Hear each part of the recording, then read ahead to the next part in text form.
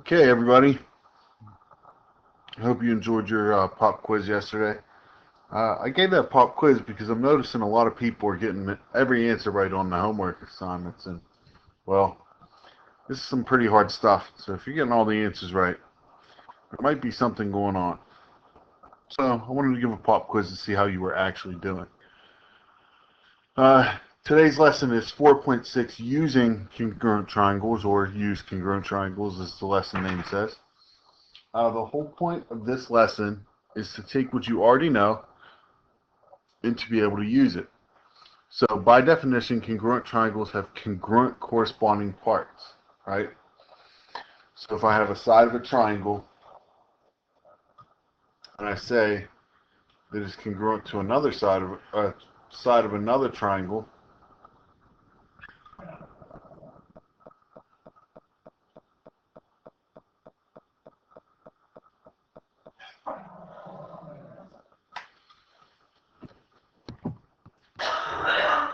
so if we have these two triangles, they're exactly the same, right? And so that's telling us that this side is the same as this one, this is the same as this one, and this is the same as this one, right?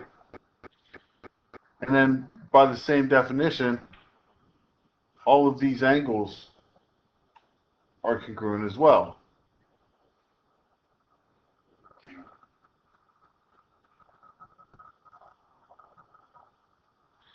And so by knowing that these two triangles are congruent, I can then tear them apart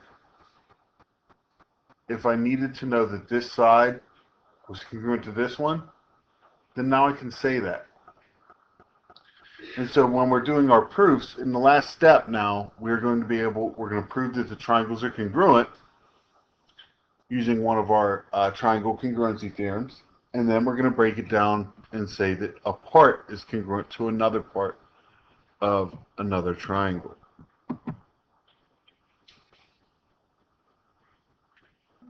So here we have an example.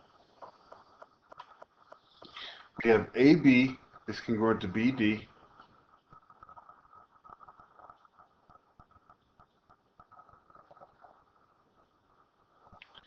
and AC is congruent to CD. Now you can make these two separate steps if you want, but I'm going to list them out together because they're both just given, right?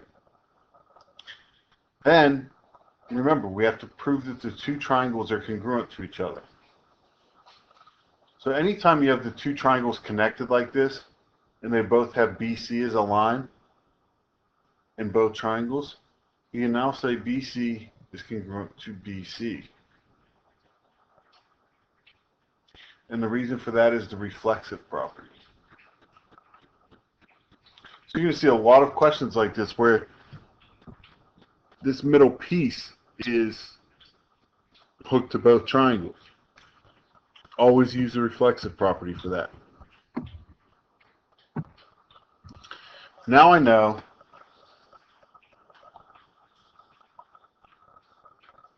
in step 3, the triangle ABC is congruent to triangle DBC.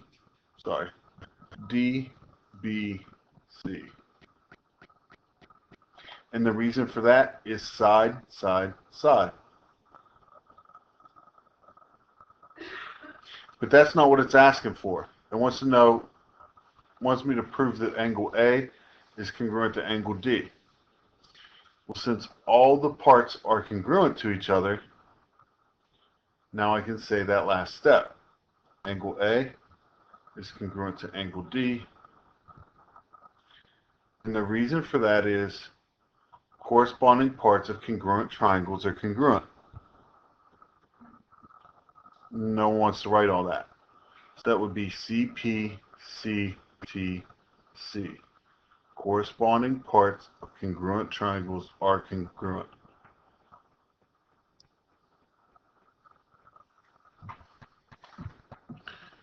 And all that's saying is that angle A is corresponding to angle D in the other triangle. And since the two triangles are congruent, those two parts have to be congruent.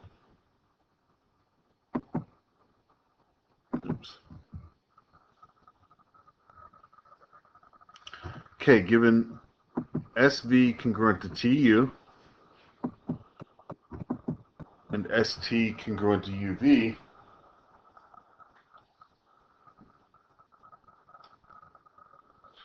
then prove that angle S is congruent to angle U.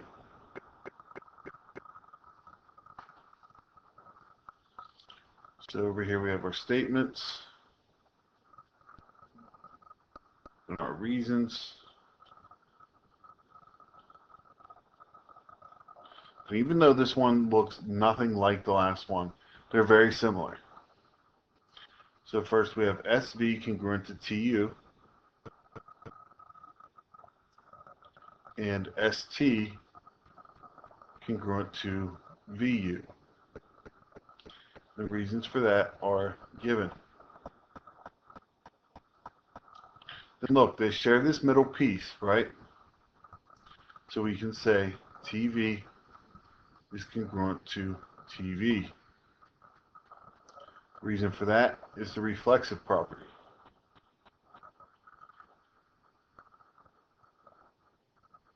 Now I have a side, side, side, side, and the middle is congruent. So now I can say that the two triangles are congruent. Triangle VST is congruent to triangle TUV.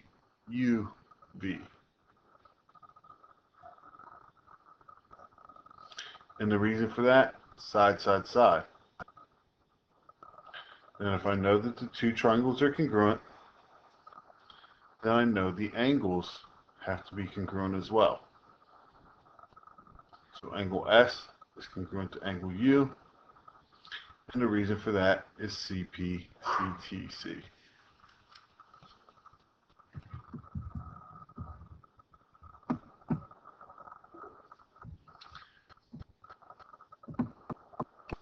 Okay, this one's a little different because we don't have that middle piece that's the same in both of them.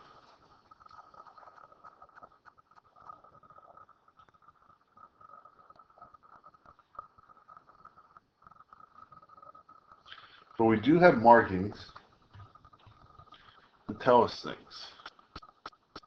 Here we have our statements, reasons, and the first thing that I know is angle N is congruent to angle P.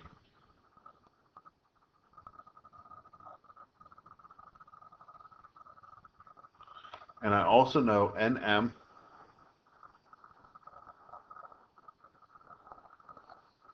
is congruent to PQ. And that's all given to me, just based off the markings in the picture.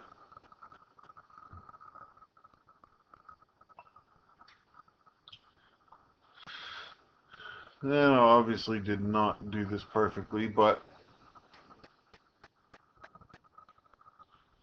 for step 2, I know that angle NLM is congruent to PLQ.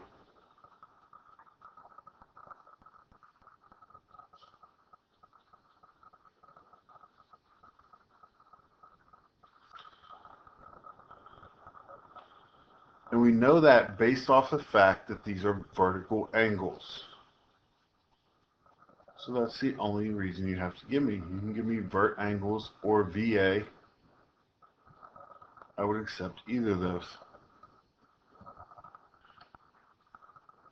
Now for step 3, we know that triangle NML is congruent to triangle PQL.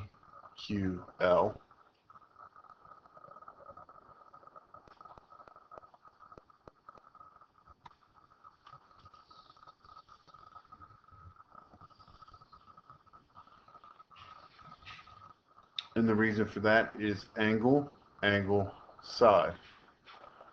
So AAS. Then the last step is saying LM is congruent to LQ. And the reason for that is because of CPCTC.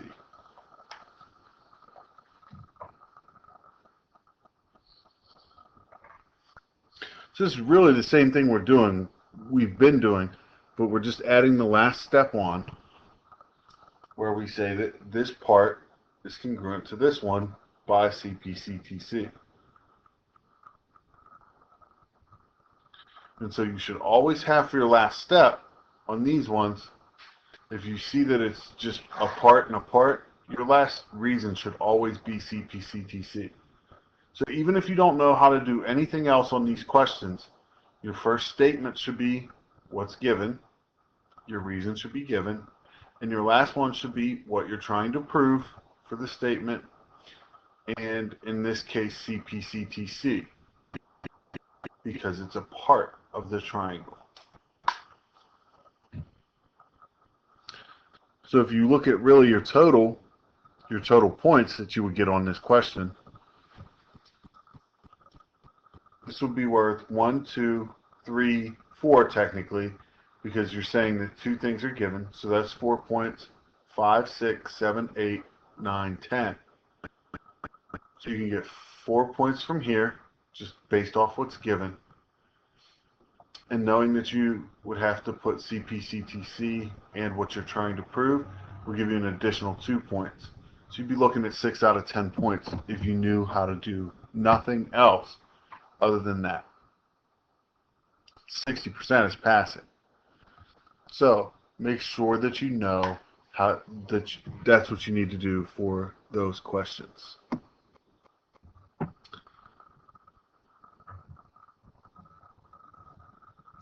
Okay, explain how you can prove that angle A is congruent to angle C.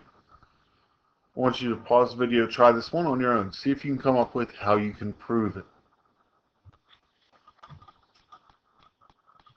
For me, I'm starting with what I know in the picture. Statements, reasons.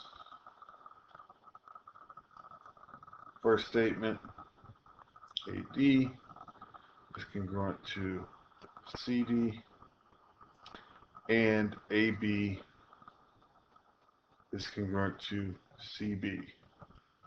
Reason for that is given. Then we have this middle piece. It's congruent to itself. So BD is congruent to BD. Reason for that is the reflexive property.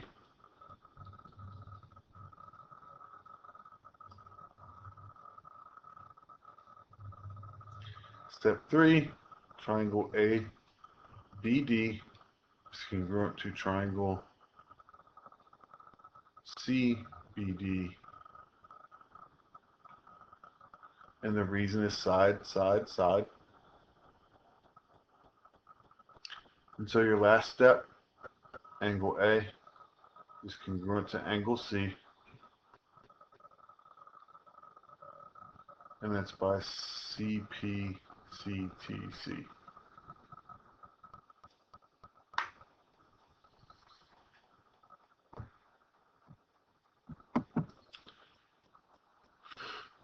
All right, you guys always ask where this could be found or why you would need to know this.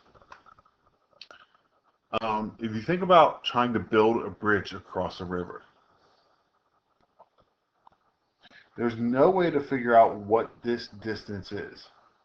You get in a boat and try to row across the river, but it's going to take you downstream. You're going to end up down like this. So you would have to walk back up to try and figure it out. So basically, here's how they did it back in the day. I don't know, there's probably technology now that would help them so they wouldn't have to do it this way. But they would place a stake at this point K, so that NK, this line, is perpendicular to NP, which is this line, right? And so we already have, because it's perpendicular, a right angle.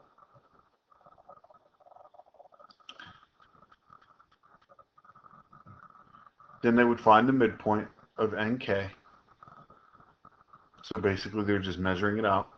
Find the midpoint of NK, which would then mean that NM and MK are the same.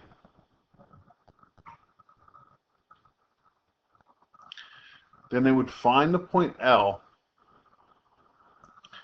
just finding to where it's perpendicular to K.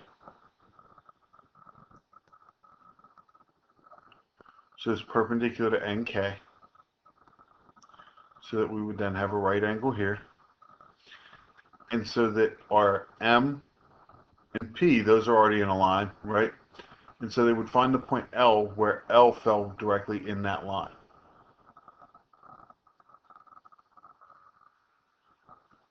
Like that.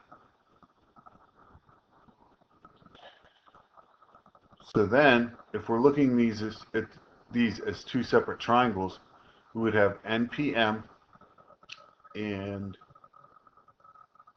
KLM. And you see these are vertical angles here. So now that we know triangle NPM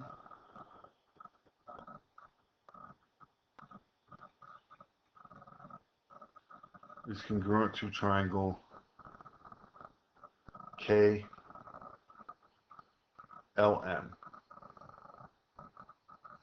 You would know that by angle, side, angle. See, angle, the side, and the angle.